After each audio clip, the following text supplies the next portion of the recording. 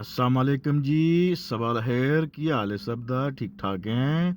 मैंने सोचा कि आज जो है ना एक और वीडियो बनाते हैं ताकि हो सकता है किसी का फ़ायदा हो जाए।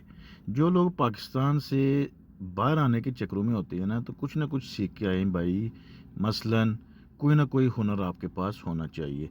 जो ड्राइविंग फील्ड में आती हैं, अभी ड्राइविंग के इधर ज़्यादा चांसेस बहुत कम हो गए, हर बंदे ड्राइवर है भाई। हाँ, ट्रेलर ड्राइवर के ये जो सिस्टम है, लेकिन सीख मशीन में आपको बता रहा हूँ। ये देखें, ये शेवल टाइप जो है ना, इसे जेसीबी कहते हैं लिखा हुआ पर, ठीक है। शेवल उसे बोलते हैं वैसे तो।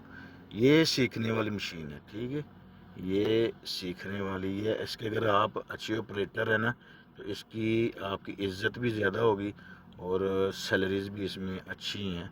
अगर कंपनीज में आएंगे तो 2000 से, कंपनी के डिपेंड पे, काम पे डिपेंड करता है कितनी सैलरी होगी। तकरीबन 2000 से तकरीबन 4000 तक लोग इसमें कमाते हैं। अगर अच्छी कंपनी में जाएँ 4000 5000 तक, ठीक है। बहरहाल ये अच्छी जॉब है और मज़ेदार काम है ये भी है।